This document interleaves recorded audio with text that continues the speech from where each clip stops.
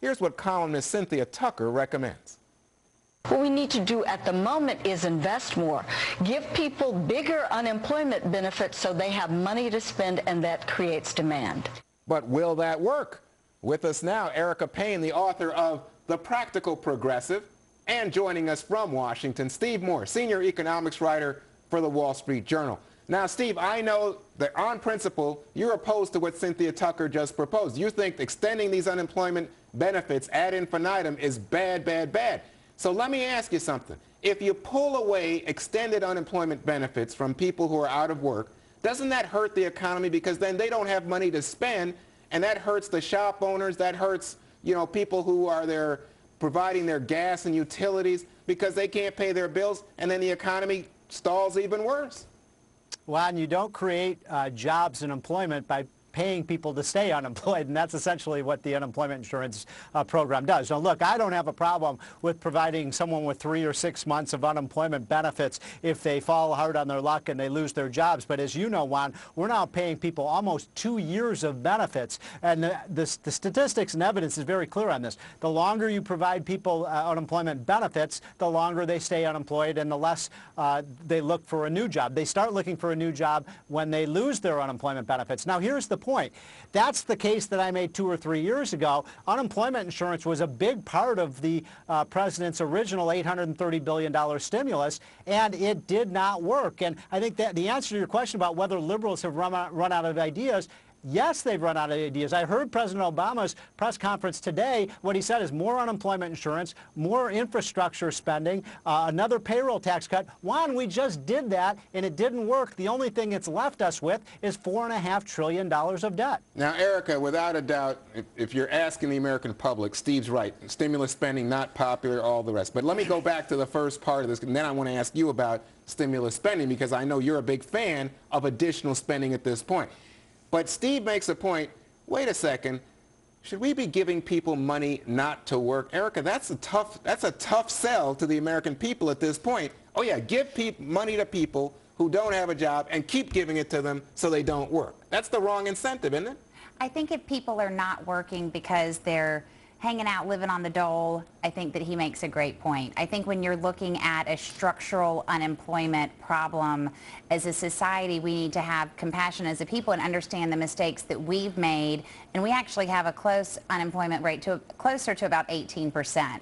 And so when you're looking at that level... 18% if you include people who've given up looking for work. Right, exactly. Right. So if you're looking at 18% unemployment, I have a hard time seeing that, if all of those people join the job market, I don't see who's signing them up. There aren't the jobs right now for them to get. And so taking off their last, and keep in mind, unemployment isn't, living high on the hog. No, so, no. You're giving them a small amount of money to get them from today to tomorrow, and I really fail to see that that's an incentive for them not to work. But you understand what Steve was saying, that the politics of it just stink. People are going to say, well, at some point, you're providing a disincentive for these people to go out and find work. Now, you're saying, well, but there are not that many jobs. Well, maybe they have to take a job that doesn't pay what they had in the past, but it's better than simply encouraging people to not take even a lower paying job. I think when you're looking at an 18% structural unemployment rate, which is actually what we have right now, the 9.1% is understating it, this is not a situation when people are taking money in and happily not working. There are not jobs for the people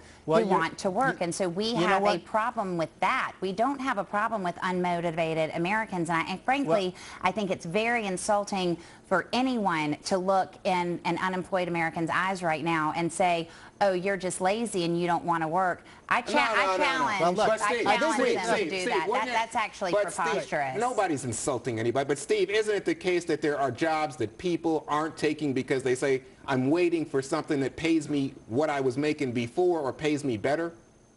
Well, there's no question. I think we agree this is a miserable job market. Nothing this president has done to try to create employment has worked. I think we totally agree that his program for creating jobs has been a miserable failure. That's why you're right. We have 18% unemployment if you count people who can't find a full-time job or people who've given up. But look, here's the problem. What sense does it make to pay people who are unemployed and then to tax people who have a job? In my opinion, when the president goes out there and says we're going to have higher taxes on the rich, higher taxes on employers, so we're putting higher taxes on the people who create the jobs, and then we're giving money to people who don't have jobs, I just think that's totally mixed up, turning economics on its head. Wait, what we ought to do... Wait, hold on. Let's provide incentives for employers to provide jobs. This is one of your favorite talking points, and I'm just going to directly challenge you on this. Okay, the idea sure. that you all equate a small number of millionaires on whom you refuse to pay their taxes when they are paying lower taxes than they have paid in 60 years, and you're turning to that and saying they're job creators. I talk to those millionaires every day. I am the coordinator of a campaign called Patriotic Millionaires Against Tax Cuts for Millionaires.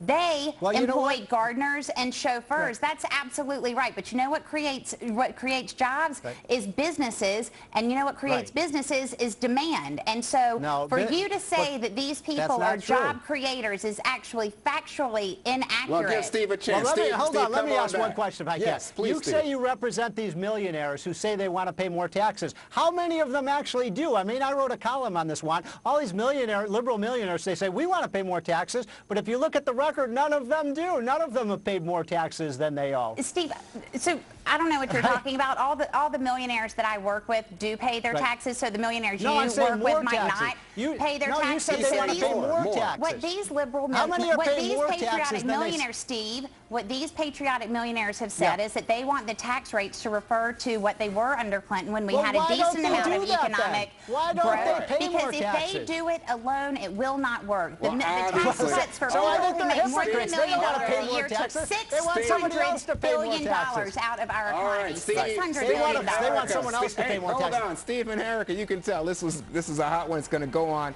We'll come back to this topic on the